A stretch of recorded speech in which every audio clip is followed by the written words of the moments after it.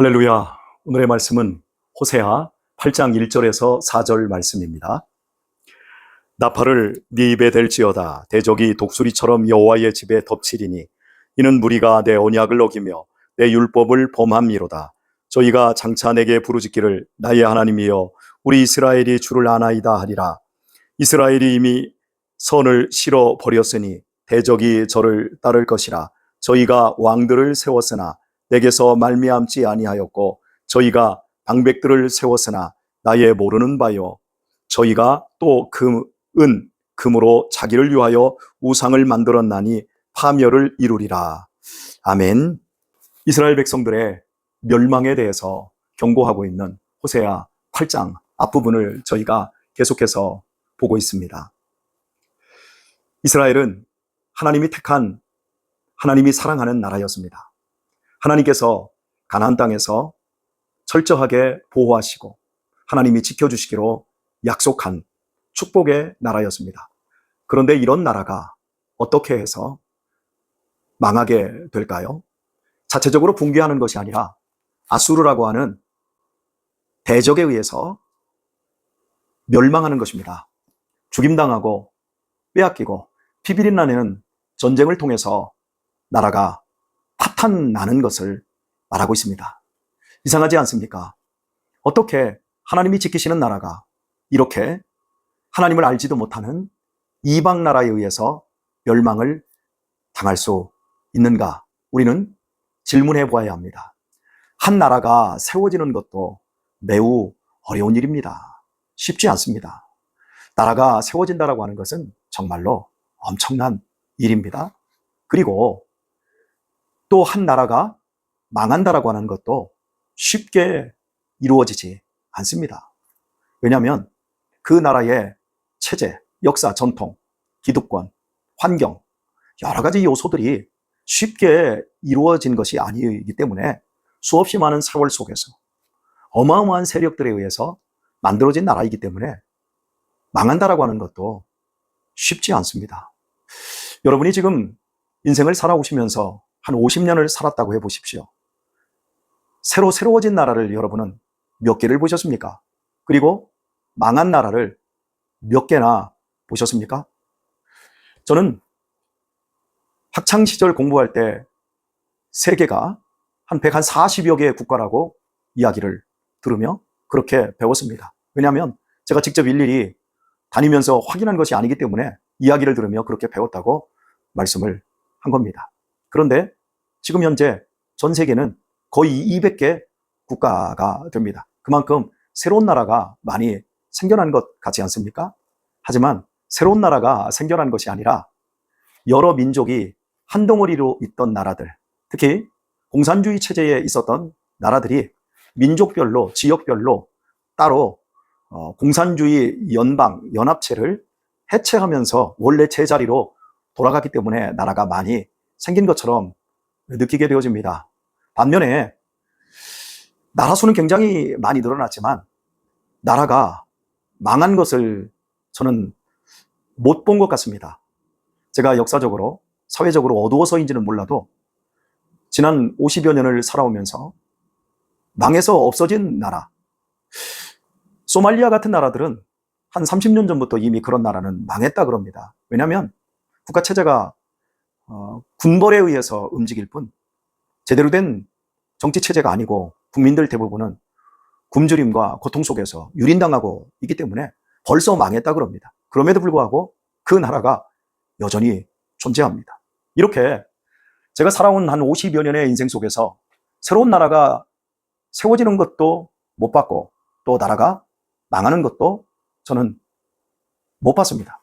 그런데 이렇게 나라가 흥망을 거듭하는 것이 어려운 일인데 이스라엘은 완전히 아수르에게 짓밟히고 뿌리채 나라가 없어진다고 하는 겁니다. 그리고 실제 하나님의 예언대로 그렇게 되었습니다. 그렇다면 도대체 그 이유가 무엇이길래 한 나라가 세워지는 것도 어렵고 한 나라가 망하는 것도 이다지도 보기 드문 일인데 이스라엘은 망했을까요? 그것은 우상 숭배였습니다. 살아계신 하나님을 섬기는 것이 아니라 하나님을 섬기는 척하면서 자기들의 욕망이 만들어낸 금송아지, 우상을 섬긴 결과 그들은 망하게 되었습니다. 물론 한 번의 잘못이 아닙니다. 한두 번, 한 달, 두 달 이런 식으로 짧은 기간 동안 우상 숭배가 이루어진 것이 아니라 수백 년에 걸쳐서 하나님께서 우상 숭배를 버리라고 수없이 많은 선지자들을 통해서 권면하고 경고하고 달래고 당근과 차측으로 그들에게 우상 숭배를 버리고 하나님만 섬기라고 거듭거듭 설득을 했어도 말을 듣지 않은 결과로 이루어진 것입니다. 오늘 본문은 4절에서 그 나라가 멸망할 때 왕들이 없었거나 방백들, 즉 지도자들이 없었기 때문에 나라가 쉽게 멸망하는 것이 아니라고 말씀하고 있습니다. 분명히 왕이 있었습니다. 복수로 이야기합니다. 왕들이 있습니다. 그리고 지도자들, 방백들이 있습니다. 그 나라를 이끌어가는 왕과 지도자들이 있음에도 불구하고 나라가 망했습니다. 왕과 지도자들이 하는 일이 무엇입니까? 나라를 다스리고 나라의 일을 하는 것입니다. 우리나라 대통령이 하는 일 중에 가장 큰 일이 무엇입니까? 우리나라 대통령은 국토를 수호하는 일입니다. 그래서 모든 군권을 가지고 있습니다. 이스라엘에도 군권을 가진 왕이 있었다는 얘기입니다. 그리고 행정 수반들, 행정부, 또 국회의원들, 법을 만들고 또 법을 집행하는 이러한 관료들도 다 있습니다. 경찰도 있고요. 그래서 나라가 유지되지 않습니까?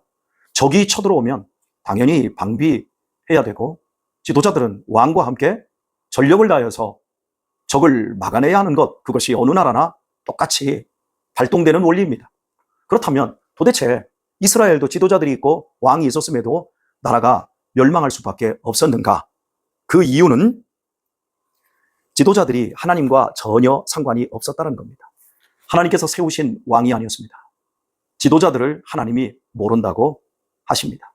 왜냐하면 그들은 우상을 숭배하는 자들입니다. 겉으로는 하나님을 경외하는 것 같지만 실상은 그들 안에 자기들의 욕망과 자기들의 권력만을 유지하고 탐하고자 하는 목적이 제일 컸습니다. 그리고 이런 지도자들을 백성들은 원했습니다. 사랑했습니다.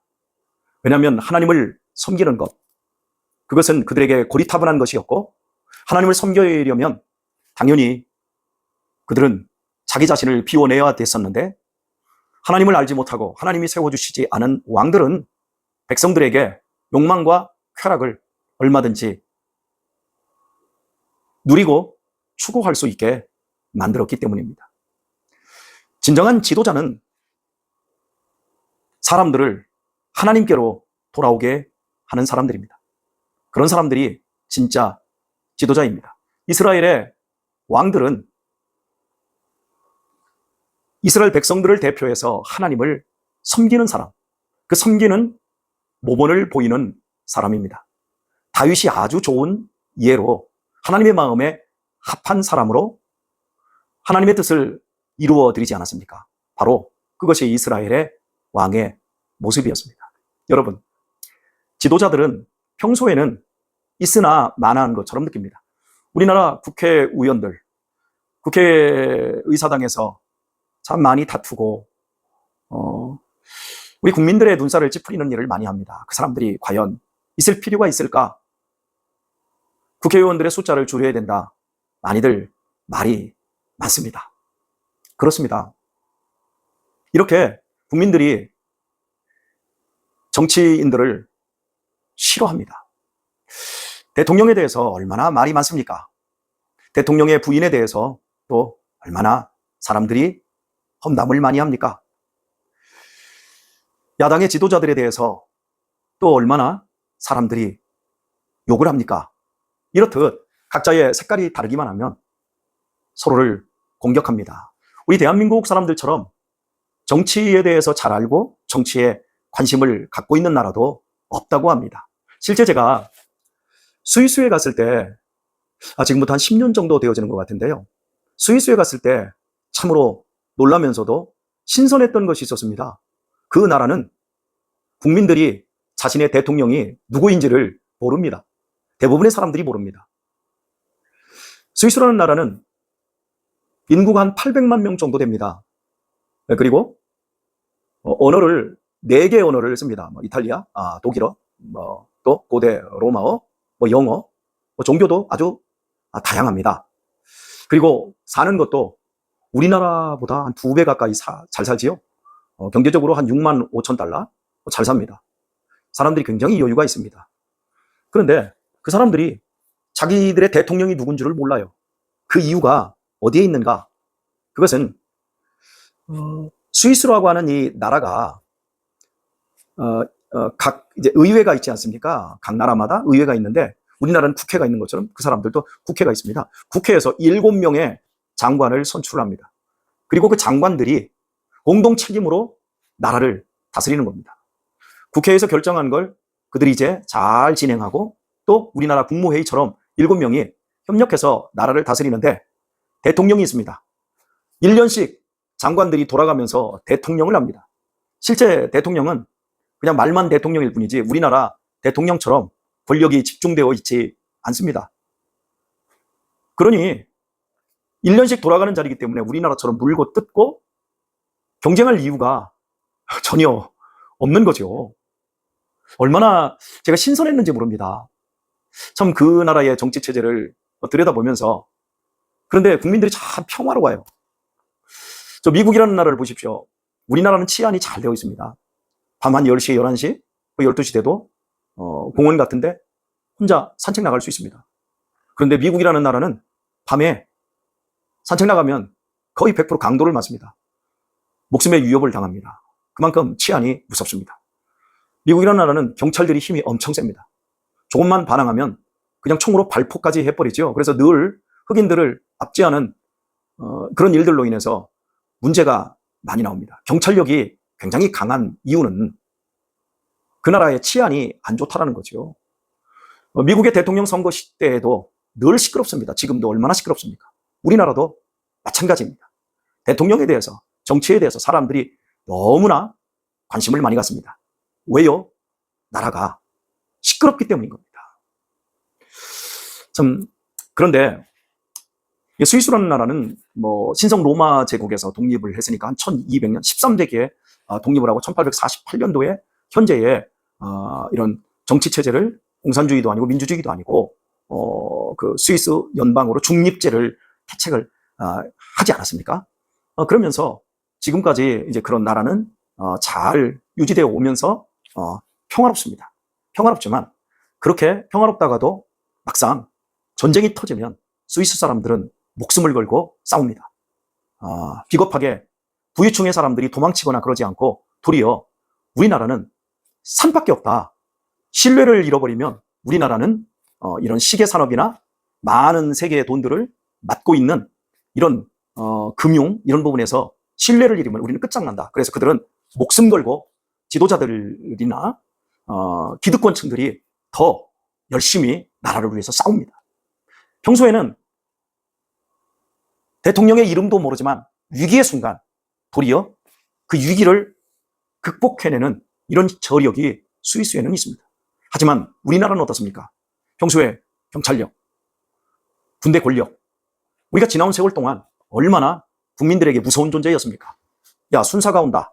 그리고 군인들이 계속해서 독재를 통해서 너무나 많은 피를 흘렸고 민주화의 그 과정까지 얼마나 많은 어려움들이 있었는가 우리가 잘 알고 있지 않습니까? 예, 그렇습니다. 이렇게 지도자들이 위기가 왔을 때 평소에는 지도자들이 누군지는 몰라도 그러나 위기가 왔을 때 지도자들이 전면에 등장을 해서 나라의 위기를 타파하는데 앞장을 서게 되어지고 그리고 실제 그 나라를 구해낸 역사가 스위스에는 많습니다. 그런데 우리나라는 어떠가 있습니까? 임진왜란 때 다 도망가 버렸습니다. 의주까지 도망가 버리고 결국 우리나라에는 의병들이 일어나서 나라를 지키고 이순신 장군과 함께 이제 이런 형식으로 나라의 위기 때 평소에는 국민들을 수탈하던 사람들이 위기 때 그 위기 속에서 자기들만 살겠다고 도망을 쳤지요. 우리나라 6.25 전쟁 때에도 그때의 우리나라 국가 수반이었던 대통령과 이런 정부 관료들이 대전으로 처음엔 수원으로 가고 우리는 지금 북진중에 있으니까 서울 시민들은 안심하라 하고 자기들만 도망치고 대전으로 옮기고 그리고 부산으로 옮기고 결국 일본으로까지 나라를 옮겨가려고 하는, 정부를 옮겨가려고 했던 이런 것들이 있었어요. 그러니까 그 시대의 지도자들이 어떻게 그 위기를 생각하고 대응하느냐, 여기에 나라가 세워지기도 하고 나라가 지켜지기도 하고 나라가 망할 수도 있다는 것을 알 수가 있습니다. 오늘의 말씀을 맺도록 하겠습니다. 이스라엘 백성들에게도 왕이 있었고 지도자들이 있었습니다. 그들은 존경받는 사람들이었습니다. 백성들에게 인정받는 사람들이었습니다. 그러나 막상 아수르라고 하는 위기가 왔을 때 그들은 아무런 힘을 쓸 수 없었습니다. 그저 나라가 멸망하는데 그들은 더욱더 일조했을 뿐입니다. 왜요? 하나님과 아무런 상관이 없었습니다. 그들은 우상 숭배자들이었습니다. 그 우상의 핵심이 뭡니까? 금, 은, 동. 결국 세상의 물질이었습니다. 사랑하는 교우 여러분, 우리들에게도 지도자가 필요합니다. 이 나라에 좋은 지도자가 필요합니다. 현재의 우리 지도자들이 얼마나 나라를 걱정하는 발언들을 많이 합니까? 그런데 우리나라는 얼마나 시끄럽습니까? 막상 큰 위기가 왔을 때 우리나라의 현재의 지도자들이 어떻게 반응하게 될지 모르겠습니다. 여러분, 우리 신앙에도 지도자가 필요합니다. 우리의 신앙의 가장 큰 지도자는 예수님이십니다. 예수님은 우리에게 평화를 주셨습니다. 우리에게 생명을 주셨습니다. 이 평화와 생명을 주기 위해서 예수님은 당신의 목숨을 십자가에 내어 던지셨습니다. 우리 그 예수님을 믿도록 하십시다. 우리 그 예수님을 더욱 잘 믿고 섬기고 따라가도록 하십시다. 지금 여러분 평화롭습니까? 지금 건강하십니까?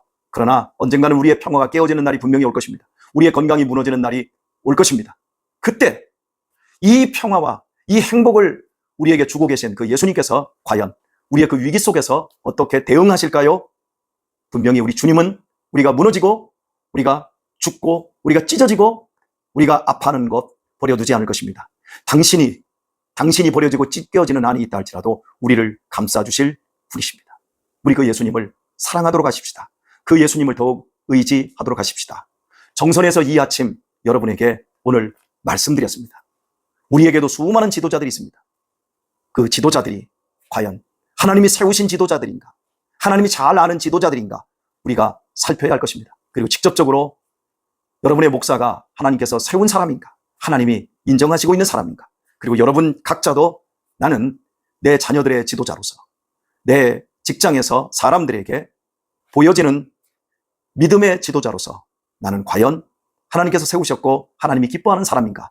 우리 각자 돌아보시면서 오늘 이 하루도 믿음 안에서 책임감 있는 아름다운 하루의 삶을 믿음으로 살아내시고 여러분의 위기를 모두 예수님께 맡김으로 말미암아 이 위기 역시도 다 지나가는 은혜를 누리기를 우리 주 예수님의 이름으로 축원드립니다.